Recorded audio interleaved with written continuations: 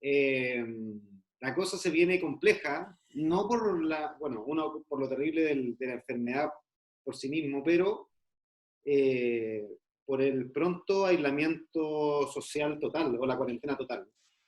Lo que no sé si alguien leyó el correo que acaba de llegar de las prestaciones de servicios, donde se indica que nosotros solamente haremos procedimientos de la cartera de servicio cambió. No sé si vamos a hacer, no dice que vayamos a hacer traslados críticos, creo que sí, traslado de paciente crítico, pero solamente reanimación. Entonces, se nos vienen situaciones que van a ser nuevas, que van a ser quizás complejas, porque se van a reducir probablemente lo que están haciendo los italianos ahora. Nosotros vamos a partir haciendo lo que es reducir el esfuerzo terapéutico en mayores de 70 años, 80 años probablemente. Eh, estoy, estoy presumiendo que va a ser así, ¿ya? Entonces es súper importante hacernos un poco de plasticina, porque yo creo que nos vamos a enfrentar a situaciones que nunca habíamos visto, ni siquiera nosotros, ¿ya? Los que llevamos, no sé, con 20, los que llevan 20, 30 años en el servicio tampoco se lo habrían imaginado en algún momento. Los que llevan un poquito más, la gente nueva hay que ayudarla bastante. Entonces, esta es una pandemia de la conciencia, digo yo, porque todos vamos a tener que ser partícipes de una u otra manera, ¿ya?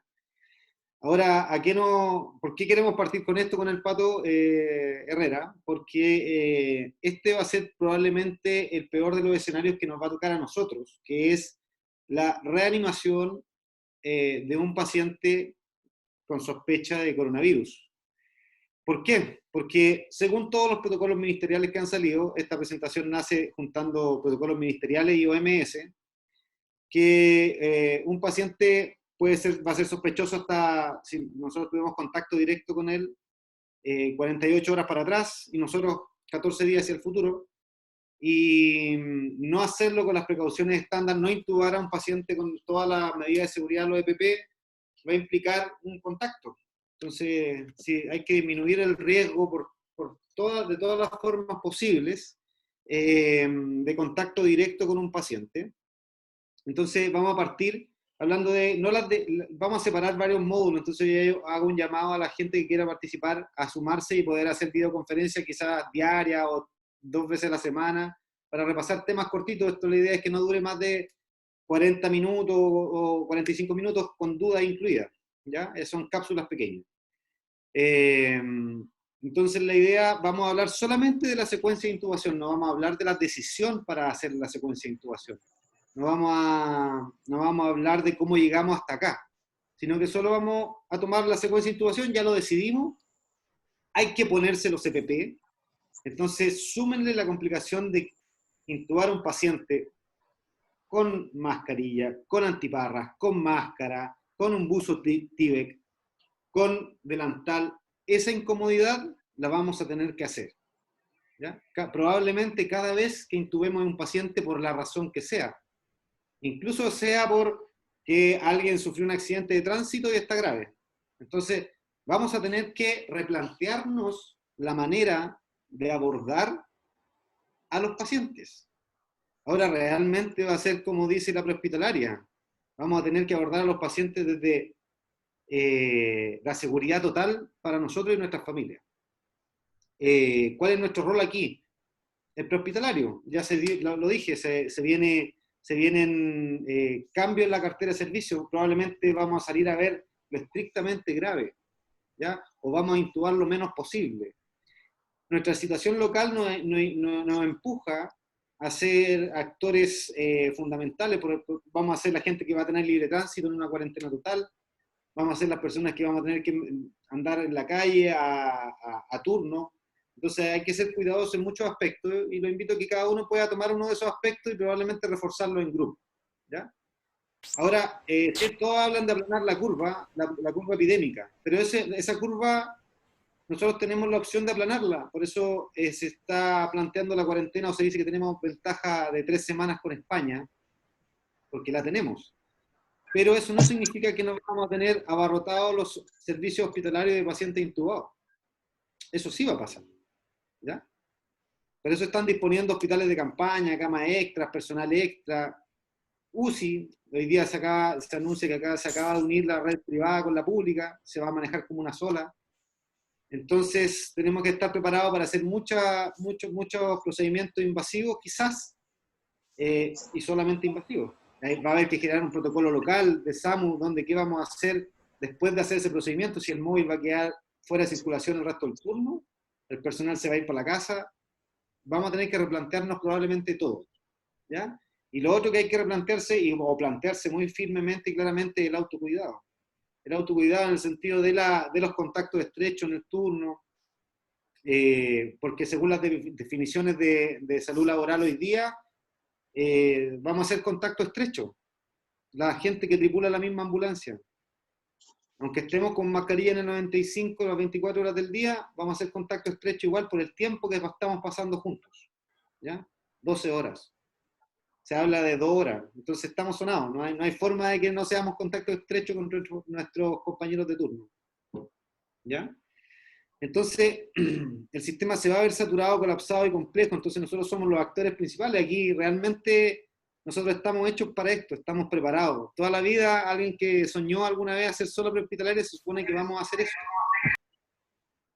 El micrófono abierto por ahí, no sé quién fue. Estábamos bien. Somos muchas más personas, así que bienvenidos. ¿Qué es lo que voy a presentar acá, chicos? Y es lo que les pido, estén abiertos de mente, porque es muy probable que nos tengamos que adaptar a cosas que nunca vimos. Yo tomé que es el protocolo de Corea del Sur para el manejo de la intubación en pacientes sospechosos. Ahora, ¿cuál es el problema para nosotros, SAMU o Higgins? Que todos los pacientes van a ser sospechosos mientras sean de causa respiratoria. Incluso los que no sean de causa respiratoria también van a ser sospechosos. ¿Ya? Entonces vamos a tener que tener todas estas protecciones. El antes de la intubación, que es higienizarse las manos, minimizar el tiempo de contacto con el paciente, aislar al paciente, o sea, esto nos dice que tenemos que trabajar en una zona de aislamiento, como una ambulancia, o el del servicio de urgencia, en el caso que tengamos que apoyar a un servicio de urgencia, hacia la ambulancia tiene que ser un circuito cerrado, donde todo el personal tiene que estar claramente identificado. Hay que formularse un plan con su equipo de trabajo, ¿ya? Incluso el conductor se va a tener que vestir con un buzo especial. Hola, hola, tiene el micrófono abierto, tiene que cerrarlo. ¿Me escuchó? Ahí sí, ya, súper. Y durante la preparación debemos consensuar qué vamos a hacer, por qué lo vamos a intubar, dónde lo vamos a llevar. Entonces, además, se va a sumar para todos nosotros, los equipos en general, que tenemos que consensuar eso antes de hablar con el médico regulador, porque ese procedimiento, al momento de vestirme con el OEPP, no vamos a poder sacar el teléfono para llamar y pedir indicaciones. Entonces eso tiene que estar totalmente consensuado. ¿Ya? Vamos a hablar dentro de la presentación de la importancia del filtro HME o el filtro bacteriano-viral en la colocación del ambú, o en caso de tener que realizar ventilación asistida con el ambú, y algo que está totalmente fuera de nuestra realidad, que es usar videolaringoscopio. Eso no es parte de lo nuestro, pero todo lo demás sí lo podemos hacer. ¿Ya? ¿Qué dicen los protocolos extranjeros durante la intubación o durante el procedimiento?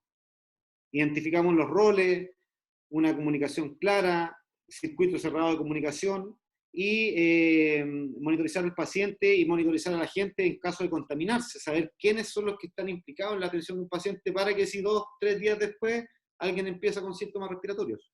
¿Ya? La decisión de intubación no la vamos a tocar en este caso, sino que se dice solamente que tiene que manejarlo la persona que tiene más experiencia en el lugar, o más experiencia en la reanimación. Se habla siempre de eso, es un procedimiento técnico. El uso disminuir al mínimo el uso de ambuceo con bolsa máscara, al mínimo. ¿Ya? Y en el caso de usarlo, vamos a tener que considerar el uso de filtro, aumentar buscar el uso de paralizante o paralización completa del paciente para disminuir el reflejo de tos. Porque todo esto está enfocado a disminuir la expansión de aerosoles en el ambiente donde vamos a estar trabajando. ¿Ya? La secuencia rápida, disminuir el uso de bolsa máscara, como decía, y conectar al paciente en caso de que el traslado sea, nosotros pensamos, más de 30 minutos, o 30 minutos, que es lo que hace Rengo, por ejemplo, San Fernando, manejar siempre con ventilador mecánico, y los trayectos cortos de menos de 30 minutos se podría entregar con un AMBU siempre y cuando esté todo coordinado. Y se use una válvula de PIP. ¿Ya? Y lo que dice el protocolo surcoreano acerca del post-procedimiento, que es, evidentemente, nunca desconectar el ventilador mecánico de no ser necesario, y si, y si en caso de hacerlo, tenemos que tener ciertos cuidados, que los vamos a ver, y se va a clampear el tubo, y un correcto desecho de nuestro EPP, lavado de mano y el debriefing. Ahora nosotros le tenemos que sumar probablemente una descontaminación de ambulancia, probablemente un tiempo de la ambulancia fuera de circulación para el correcto aseo del personal y de la ambulancia. Eso se va a tener que conversar en algún momento. Entonces, vamos a entrar de lleno a lo que es la decisión. Ahora, ¿por qué es tan importante para todos? Porque cuando pase esto con el personal interventor, todos vamos a tener que hacer contacto. El conductor se va a tener que vestir con buzo, el personal clínico que va en la cabina sanitaria, aunque estemos separados, aunque el conductor no entre en contacto con el paciente, igual se va a tener que vestir. Entonces es muy importante que todo el equipo sea parte de los procedimientos de manera integral, dividiéndose el trabajo cuando se pueda. O sea, hoy día tú no tocas la camilla, lo hago yo. Siempre que se pueda se va a tratar de mantener eso. ¿Y qué es lo que empezamos preparándonos? Entonces, tener los materiales a mano, tener un plan A, un plan B, monitorizar, controlar la presión arterial, saturación y capnografía, tenerla a mano. ¿Por qué el filtro HME es tan importante? Es para, en caso de tener que ambucear, tenerlo a mano, y en caso de conectar al ventilador, conectarlo distal y proximal. ¿Ya? Así que es súper importante en el caso de los manejos de la vía a los filtros. Prever, recuerden, secuencia de intubación rápida. Yo sé que todo esto ustedes lo saben, así que lo voy a pasar relativamente rápido.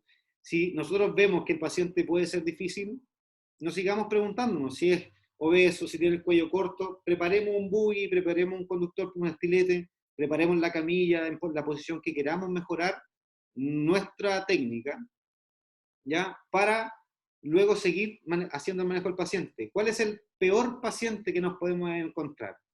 El peor paciente es un paciente distresado, que está con una frecuencia cardíaca respiratoria muy elevada, alrededor de 70, que adopta la posición de trípode y respira muy rápido y corto, entre labios, haciendo lo que se llama un efecto de autopip fisiológico. Y aquí quiero que recuerden el término, porque el término PIP se va a mencionar mucho en este tipo de pacientes con síndrome de distrés respiratorio agudo, porque eso es lo que ellos necesitan, PIP, que es presión positiva al final de la expiración. Eso quiere decir que sus pulmones nunca se cierren al exhalar, ¿ya? Nunca se colapsen, sino que siempre se mantengan inflados. ¿Ya? Vamos a siempre pensar en eso, incluso antes de realizar la intubación misma, porque tenemos que evitar los riesgos. ¿Y cuáles son los riesgos en la intubación? El paro perintubación, y la principal causa del paro cardíaco perintubación, que es antes, durante o después del paro, los primeros minutos, es la hipoxia. Si estos pacientes no los queremos manejar con ambú y máscara previa a la intubación, debemos realizar una preoxigenación apneica. ¿Cómo hacemos eso? Todos lo saben, naricera, 15 litros por minuto, sin humidificador, mascarilla al paciente, una mascarilla, puede ser una mascarilla clínica, porque la N95 no va a dejar pasar tanto oxígeno, y podemos poner una mascarilla de alto flujo encima de una mascarilla clínica. ¿De acuerdo? Para preoxigenar al paciente, porque lo que vamos a hacer es hacer la vía aérea de un circuito cerrado. ¿Ya?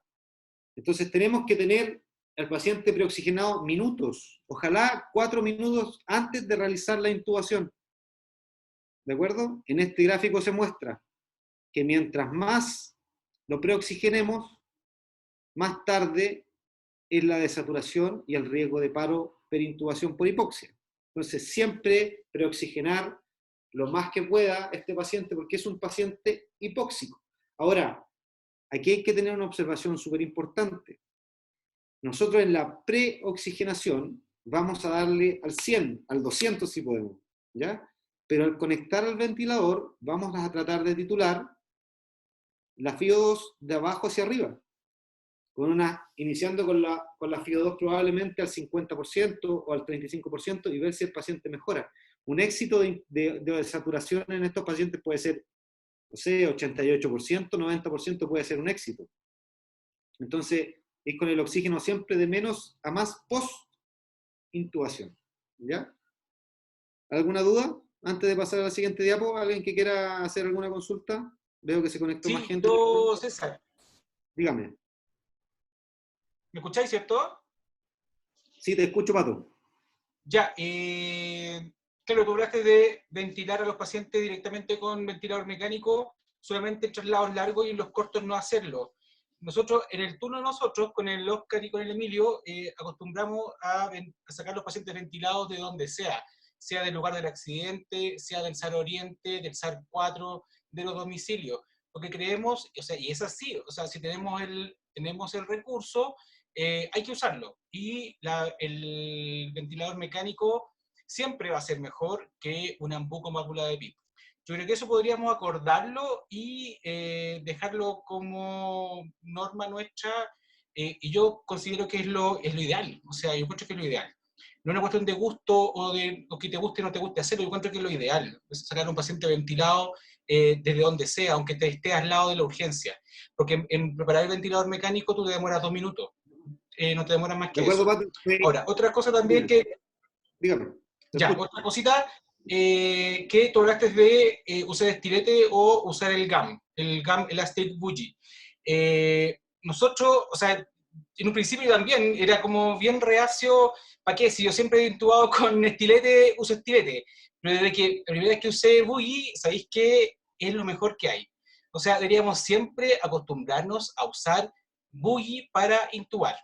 Y sacar los estiletes de los móviles. Esa es mi opinión y yo encuentro que, no sé si también ¿qué opináis tú? Pues, si, o los demás que están escuchando, si es algo de gusto o no de gusto, o, bueno, yo Yo, considero que el bougie 100% es mejor que el estilete. Eso. mi opinión, Pato, gracias por que seas tú quien lo diga, porque estoy totalmente de acuerdo contigo en los dos casos. Estoy haciendo esta presentación desde la vereda de que esto es una recomendación, es una compilación de recomendaciones, pero para los que se vienen conectando, que veo que aumentó la gente, esto no es un protocolo, esto es una sugerencia de un compilado de información sacado de la OMS, de los papers de la Universidad de Chile, de la Sociedad de Medicina Intensiva. Entonces, esta es una sugerencia.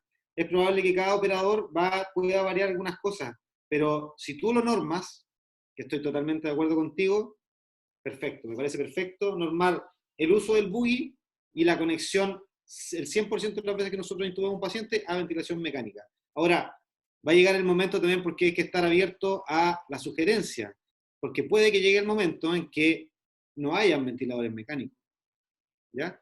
Y yo estoy pensando, haciendo compartir esta información que yo compilé, con el sentido de ponernos incluso en el caso más terrible, que tengamos, no sé, 3 pacientes en un turno sin ventilador mecánico, ningún móvil, que tengan que ser intubados y nos vamos a tener que quedar ambuceando, ¿ya? Entonces, poniéndose en todos los casos, yo creo que la condición es que salga normado y que tú lo digas siempre que se disponga del recurso, porque el día que no se disponga del recurso vamos a quedar como fuera de la norma. ¿Alguien quiere decir algo? Escucho un micrófono. César, la Connie, ¿cómo estáis? ¿Bien y tú? Bien, también, gracias. Yo estoy de acuerdo con el Pato, me lo hizo ver en su minuto y estoy de acuerdo. Cronometrado el armado del ventilador mecánico, efectivamente son 2 minutos y medio. Yo lo único y lo del buggy también, yo de hecho en Renco no hay estilete, puro buggy. Yo lo único que, si vamos a conectar a todo ventilación mecánica donde estemos, etcétera, como lo hablamos en el grupo el otro día, con cuidadito. Estos son pacientes que son complejos, volúmenes protectores, es lo que es como el pequeño, como siempre lo hemos hecho, si no es muy distinto tampoco a lo que estamos haciendo, volúmenes protectores y PIPs que pueden partir de los 5, dependiendo si tenemos 0,3 de FIO2. Y Tony, tiempo. hágale. La idea es que no nos desviemos de la secuencia porque lo que vamos Sí, a es hacer solo ahora, eso. porque Es esa solo cápsula eso. queremos que se haga en otra instancia y pronto. Queremos que día por medio la gente... ¿Cachai? Lo tengo súper claro. Sí, Pero sí, total- es solo total- eso. Lo tengo Sí, súper claro que es solo eso, pero en el fondo es para que no partamos con ese MIB, ¿cachai? O sea, no, asistido por controlado, eso. volúmenes La protectores, idea, eso es todo. la idea es que ese tipo de ideas que vayan saliendo ahora, las vamos a tomar con el Pato, se las vamos a pasar al Pato para que la próxima cápsula sea en 2-3 días y sea otro tema como ventilación mecánica, ventilación protectora, el uso y la puesta de los EPP, como lo hizo Guillermo ayer, que está excelente. La idea es que esto sea permanente en el tiempo mientras duren este tipo de eventualidades, ¿ya? Así que No, sí, gracias. lo Para que tengo lo claro, pero te digo que en el caso de ocurrir, eso es como lo que deben tener todos más o menos ocurriendo en la cabecita. Ese es el pensamiento. no debemos normal. A lo que vamos con esto es que la normativa se flexibilice. Nosotros nos hagamos un poquito plasticina, como dije al principio, para que todos estemos claros de que vamos a tener que probablemente crear protocolos propios incluso, ¿ya? Ok. Siguiendo con la parte de la secuencia de intubación, gracias Pato para que lo deje anotado ahí lo que usted mismo sugirió. La preoxigenación es el punto más importante.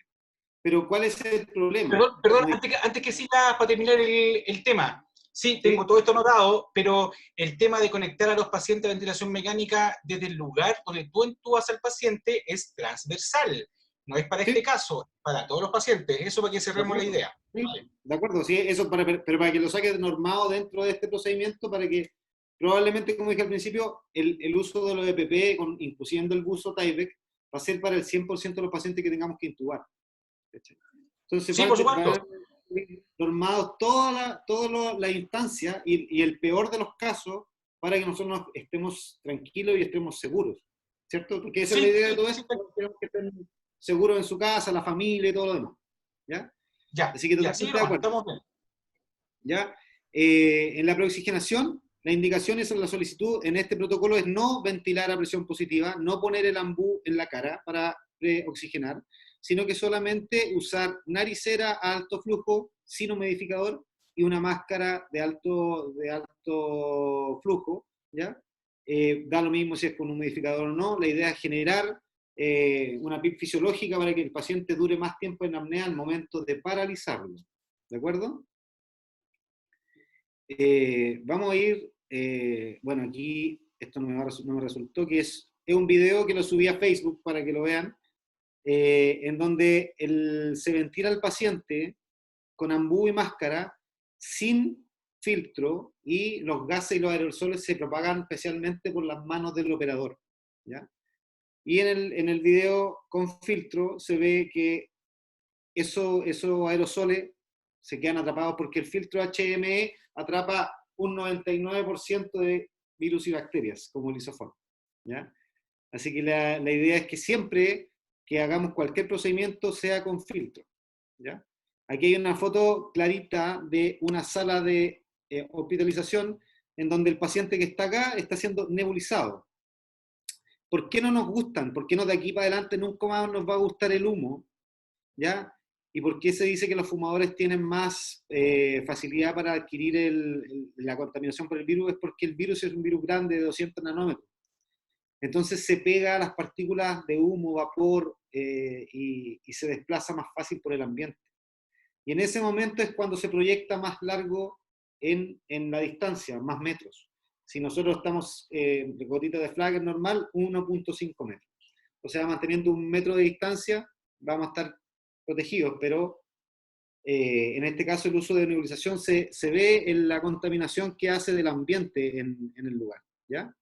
así que vamos a disminuir la nebulización y el uso de la ventilación por bolsa de máscara.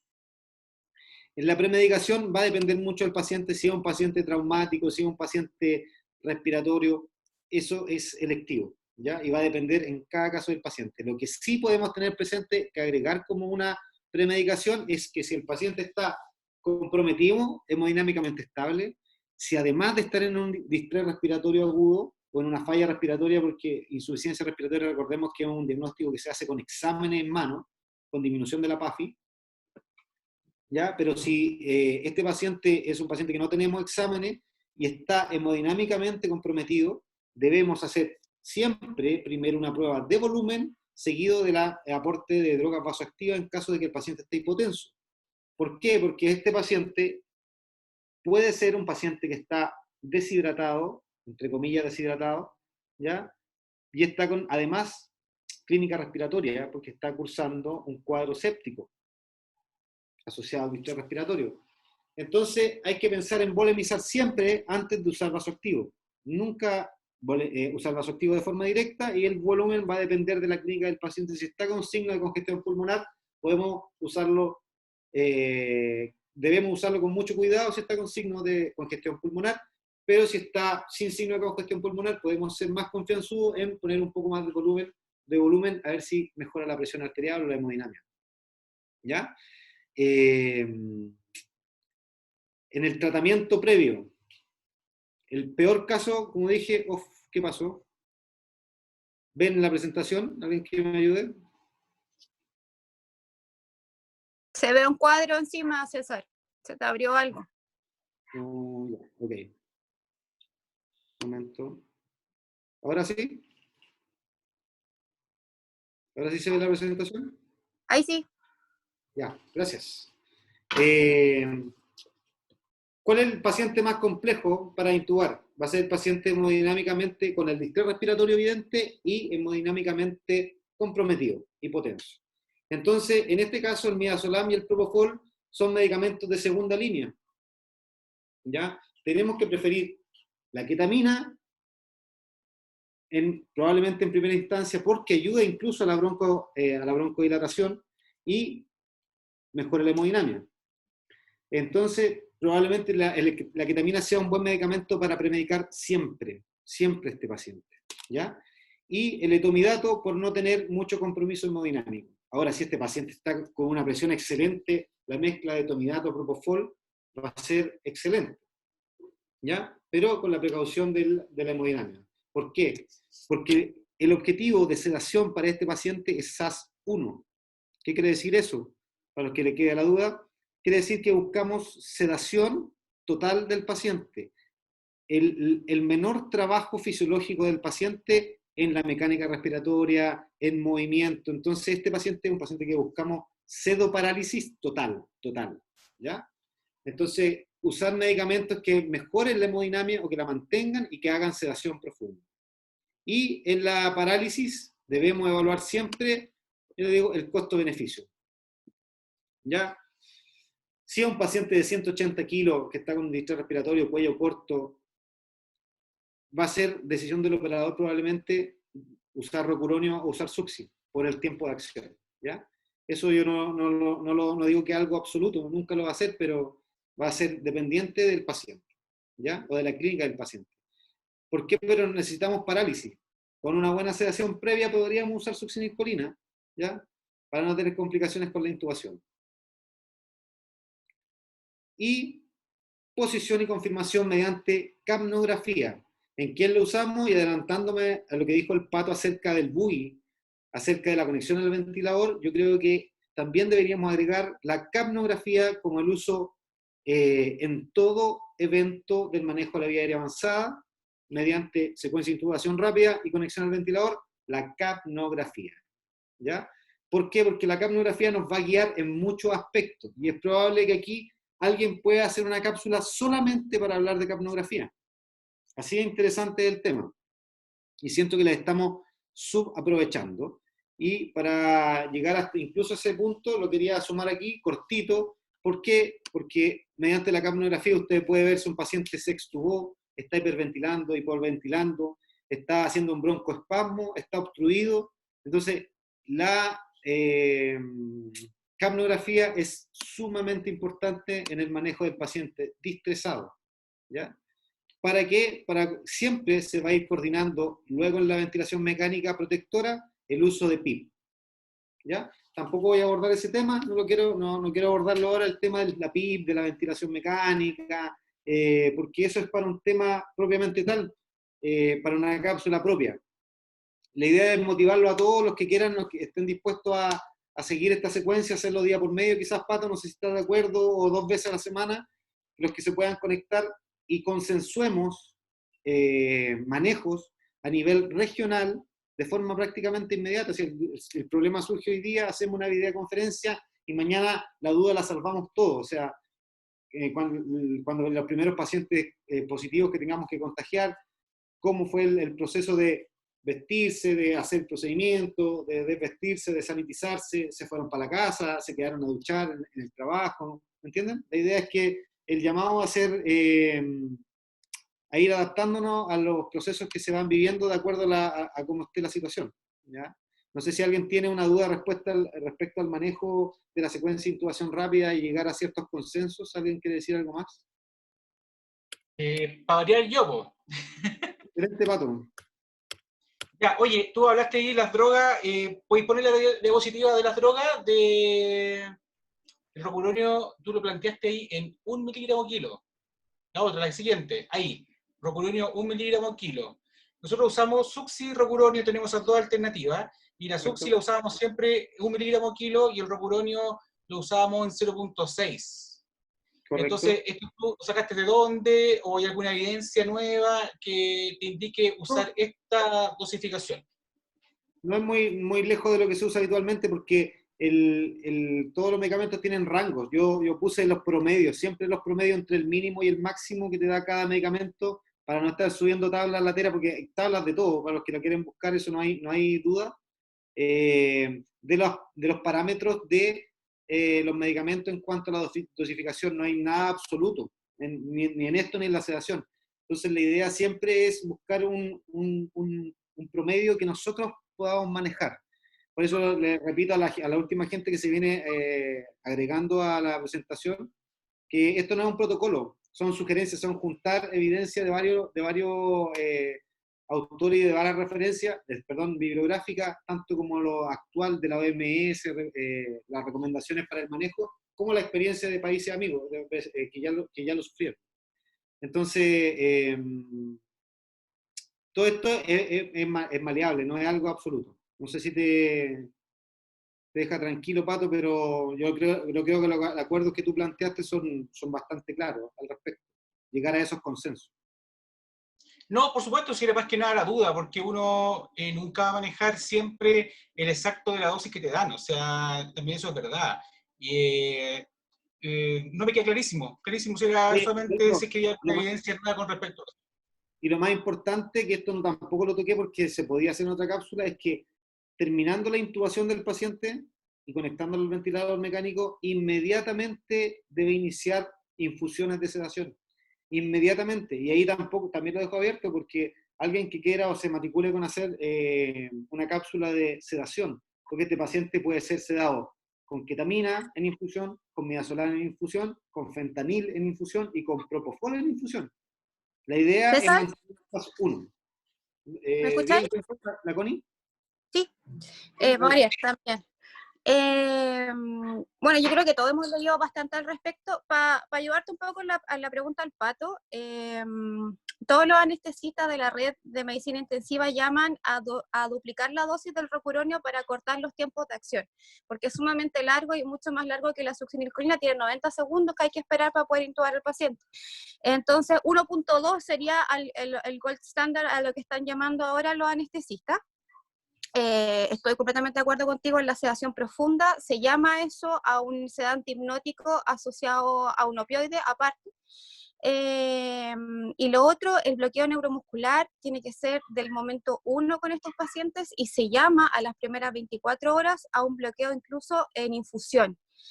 Porque la asincronía en estos pacientes, ya con el AMBU, con el ventilador mecánico, aumenta la tasa de mortalidad incluso en un 10%. Entonces, a tener claritas las dosis, a tener clarito con el equipo manejo cerrado, vamos a ocupar esta dosis por esto, otro, y eso es más que nada la razón de por qué. Gracias. Correcto, exactamente. Yo no lo quise mencionar porque, como le estaba comentando, hay que hacer una cápsula de infusiones. ¿Por qué? Porque estos pacientes, los traslados que les toque más largo, por ejemplo, no sé, ir de San Fernando a Pichilemu, de Pichilemu a Rancagua con un paciente, van a requerir infusión de rocuronio. Entonces, los que no están familiarizados con el tema deben ponerse a leer y realizar las diluciones de acuerdo a las presentaciones de los medicamentos que nosotros tenemos, porque no, los protocolos, por eso dije, hay que chilenizarlos en primer caso y luego homogenearlos para llevarlo a nuestra realidad y ver los medicamentos que tenemos. Tenemos solo rocuronio y succi, como dijo el Pato, pero en los sedantes, en las infusiones tenemos de todo. Tenemos propofol, para hacer infusión, midazolam, ketamina, fentanil. Entonces tenemos que manejar bien las infusiones y también tenemos que cuidar el stock para que no quebremos stock de medicamentos, ¿ya? ¿Alguien más que tenga una duda respecto a alguna parte de la presentación? Yo, César, quiero hacer instalar más que nada el debate, porque nosotros usamos mucho tiempo succinilcolina y yo encuentro que como medicamento tiene una cantidad de contraindicaciones y efectos adversos que yo cada vez que lo usaba, de verdad que me daba miedo. De verdad que me daba miedo. Entonces, ¿por qué seguimos usando succinilcolina? Yo digo, si tú me dices en el contexto, o sea, mío, de Pato Herrera, tengo succinilcolina que el efecto son 15 minutos, tengo rocuronio que dura 45 aproximadamente. ¿Por qué me inclino si yo sé que la vía aérea, tengo predictores para manejar una vía aérea que yo sé que la voy a poder abordar? Ahora, si no la puedo abordar, tengo plan B, ¿cierto? O sea, yo quiero instalar el debate que la decisión de usar una droga u otra, una droga que sea una droga penca y una droga buena, que no sea esa la limitación de manejar o no la vía aérea, porque yo tengo igual un plan B, tengo una carta bajo la manga. ¿Ya? Correcto, Eso es una cosa. Pato. Ahora, esto también nace de la necesidad de crear protocolos instaurados que sean, como tú dices, protocolos reales. ¿Por qué? Porque en estos puntos tan finos del quehacer nuestro, que es, por ejemplo, la secuencia de intubación rápida, no hay nada que te lo diga en la literatura. Podemos decir, sí, el rocuronio es 10 veces mejor que la succi, pero alguien puede decir, esto acá dice que no es tan malo. Entonces, no hay nada 100% absoluto en estos puntos tan finos, creo yo. Y abrir el debate es lo mejor, ¿ya? Yo soy partidario personalmente de tenerlo como opción, no como medicamento de primera línea. ¿Por qué? Porque en el momento más complejo de todos, uno tiene una opción, incluso la puede pensar. Probablemente yo no uso succi hace por lo menos 4 años en ningún paciente, por lo menos, pero sé que tengo una opción. Esa es mi postura, es personal, y por eso te digo que es bueno abrir el debate, porque esto se podría prolongar de acuerdo a la experiencia que ha tenido cada uno, ¿cierto? Claro, Los claro. reanimadores jóvenes probablemente nunca han usado succinilcolina, porque esa cuestión la dejamos de usar hace cuántos años. Claro, yo también no uso la succi hace mucho tiempo y como soy jefe la voy a sacar. No, mentira. Pero bueno, ya, eso es otro debate. También tú hablaste del paro, ahí nombraste algo de paro preintubación. Esa clase la tiene hecha el Oscar Rubio y también le voy a pedir que la presente, o sea, no sé si la tendrá hecha en presentación en PowerPoint o la tendrá, no sé, pero para que él la haga. Y tú hablaste también del uso de droga vasoactiva si el paciente no responde a volumen, ¿cierto? Hay que manejarlo, es un paciente extraño, y eso si alguien quiere hablar de fisiopatología, se puede hacer, pero es un paciente extraño, porque el síndrome de distrés respiratorio agudo, que se está manifestando a través del H1N1 y COVID, es un paciente que evoluciona mal en 4 horas, ¿ya? Y tiene una clínica extraña porque es un paciente que parece obstruido y puede estar hemodinámicamente hipertenso a las nubes o hipotenso como una sepsis. Entonces es un paciente que no es común, es un paciente complejo, es un paciente que nos va a hacer complicarnos si no estamos bien preparados. y no discutimos ciertas cosas, ¿cachai? Entonces yo los invito a todos de verdad a abrir debate y a generar la instancia, junto con el debate, la instancia de discutir estos temas. No sé Ya, si alguien y tiene alguna discusión, perdón. sí, que tú justo con eso dijiste que podíamos iniciar una infusión, por ejemplo, de Levofed, Claro. pero ¿cuál es el problema del Levofed? El Levofed se va a demorar en hacer efecto, ojo. Claro, porque estar en infusión, no es el efecto No, inmediato. Ya, una pero déjame terminar, ¿para dónde voy? bien Espérate, preparada, ¿para sí. dónde voy? ¿Para dónde voy? ¿Para dónde voy? Cuando Lenin en España fue director del SAMU, él estuvo a punto y le faltó tiempo nomás para subir a los móviles de efedrina, para mandar bolos de efedrina mientras la droga asoactiva que está en infusión actúe. ¿Cachai? Como lo hacen en el pabellón. También Correcto. podría ser eso un punto a revisar, Pero ¿cierto? ciertamente, Porque ciertamente el uso de efedrina es mucho más complejo que el uso de Levo en cuanto a la operación del medicamento. sí, Y pero yo me voy a la rapidez de acción, nada más que por eso. es un buen medicamento, pero es un medicamento complejo, es como usar Propofol, ¿cierto? Tenemos lo mismo que tiene la UCI, tenemos lo mismo que tiene la UCI en cuanto a la disposición, por eso son pacientes de intensivo, estos son pacientes que se manejan en intensivo, no son prehospitalarios. Por eso tenemos que acordar y llegar a consensos generales, ¿ya? Por Yo lo supuesto, que ¿no? dice Por de supuesto. la efedrina es un muy buen medicamento, pero yo le pondría la condición a la efedrina de hacer una muy buena capacitación para que sea subida a los móviles. No sé, si te parece Sí, eso. sí, no, sí, por supuesto. Y también, también lo que pasó, o sea, haciendo una analogía, no sé si será a lo mejor válida, ¿qué pasó con la ketamina? Cuando metimos la ketamina a los móviles, se metió la ketamina a los móviles, andábamos todos muertos de miedo con la ketamina. Y nos dimos cuenta después con el tiempo que tenéis que agarrarle la mano a la ketamina porque es dosis dependiente. Entonces ahora te das cuenta que la ketamina es lo mejor.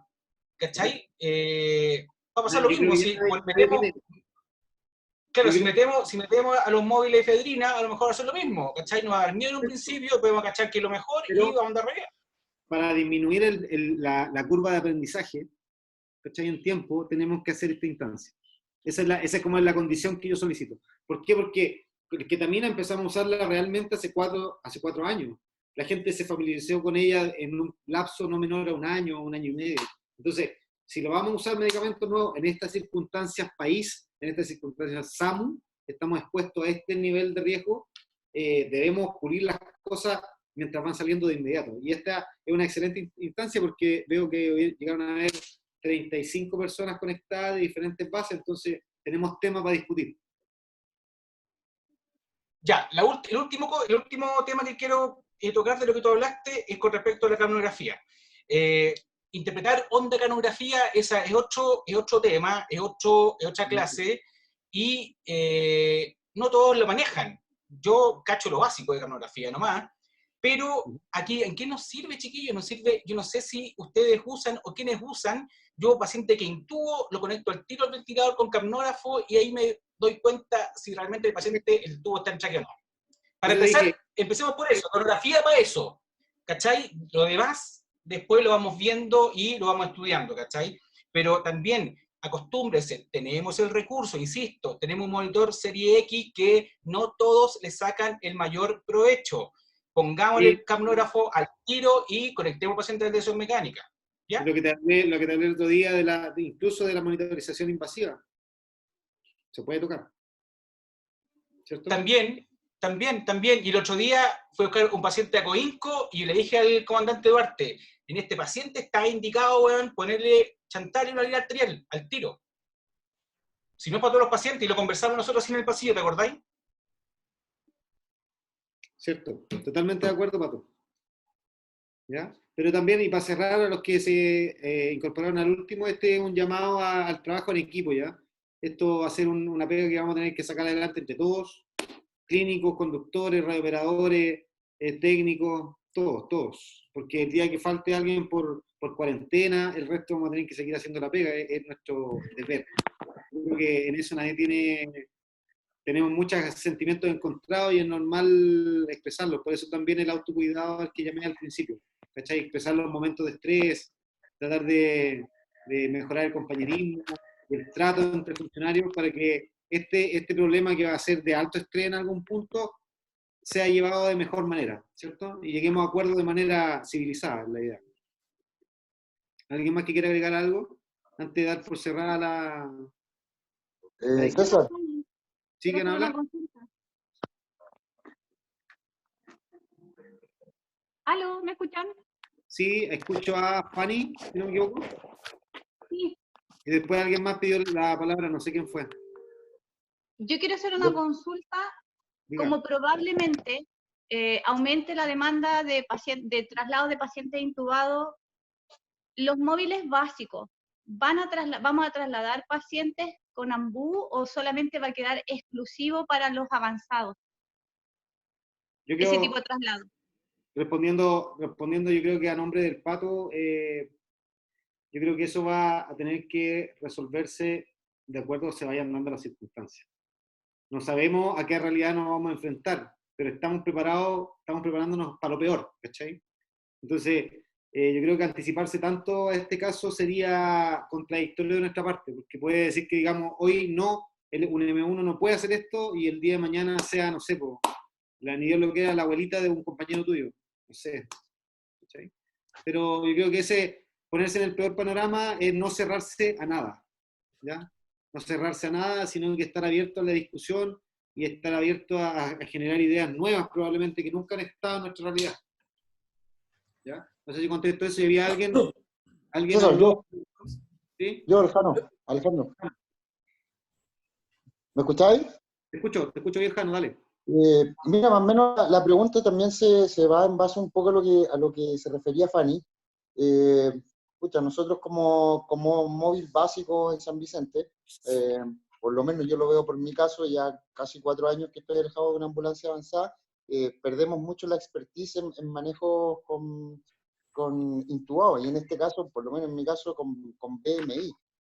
Yo salí ya desde una ambulancia avanzada en momentos cuando todavía salíamos todos los traslados manejándolos con AMBU nomás. Entonces, ver la posibilidad también de ir haciendo estas teleconferencias sobre manejo con BMI, o sea, para también los que hemos perdido un poco de expertise en ese tema. Y lo otro, como todo se habla, que quizás los recursos no van a dar abasto, en este caso en traslados con BMI, ¿hay algún plan B tanto en recursos logísticos y personal, en realizar los móviles básicos, avanzarlos? Ya, ¿por qué 123? Yo creo, Pato Ramírez, parece que se te abrió el micrófono, y respondiendo a lo que dice el Jano, yo creo que la misma duda de la Fanny y la misma respuesta. O sea, yo creo que tenemos que amoldarnos de acuerdo a las circunstancias que vayan pasando. Y en cuanto a la capacitación, la idea lo mencioné al principio, la idea es que estas capacitaciones o estas cápsulas se vayan replicando periódicamente, no una vez al mes, sino que probablemente 2 veces a la semana, o quizás más, que sean cortas, menos de 1 hora, y que sean de temas atingentes a la realidad que estamos viviendo, como ventilación mecánica, conceptos fundamentales, capnografía, los EPP, armado, desarmado, cuándo intubar a un paciente, cuándo ventilar, o sea, cómo ventilar a un paciente. Esas discusiones son como para temas puntuales, ¿cierto? Y ahí los que estén interesados la idea es que todos estén interesados en aprender, porque vamos a ser parte inevitablemente de esto en algún momento, y la idea es disminuir el riesgo nuestro y de nuestras familias. Porque recuerden, se salió la ley del trabajo. Se menciona los conceptos de contacto estrecho, del personal de salud, ¿ya? Y lo que tenemos que hacer en caso tenemos que tener un caso responsable hecho en las últimas 48 horas, ¿ya? Así que eso, ¿ya? Ariel levantó la mano por aquí, Ariel Núñez. Ariel, ¿alguna consulta? Sí, hola César. Mira, ya que está el Pato quizás conectado, preguntarle por el ventilador mecánico del móvil 24, que por lo menos hace más de 6 meses que se mandó a reparación y todavía no llega. No sé si se puede gestionar para que eso llegue. Ahí, ese tema no lo manejo, lo desconozco totalmente. Pato Herrera, no sé si está conectado y escuchó la pregunta. Sí, esos equipos tienen que ir a Santiago, Ariel. hay 2 ventiladores mecánicos que están en espera para ser recepcionados en Santiago. No los van a ver acá en equipos médicos, pero yo estaba atento, yo los vi, esos equipos que todavía estaban pendientes para recepcionar, y yo creo que en la semana vamos a gestionar eso para que luego lo habiliten, ¿ya? Así que ahí lo vamos a ver, de verdad. Bueno, ¿alguna otra duda, alguna otra pregunta? ¿Alguien que quiera hacer algo técnico, algo, no sé, cualquier duda en realidad? César, yo de nuevo, ¿me escucháis? Sí. Yo creo que yo lo tenía pensado, pero también llamaban mucho bueno, como la preparación, el vestirnos, el post-intubación. Es complejo, uno ya se relajó, ¿cierto? Ya lo tiene intubado, lo tiene bonito, pero, por ejemplo, en la experiencia nuestra, el laringo anda por ahí, en el guantecito, ¿cachai? Entonces, ojo con eso, usted intubó, toma su laringo, lo deja en una bolsita separada.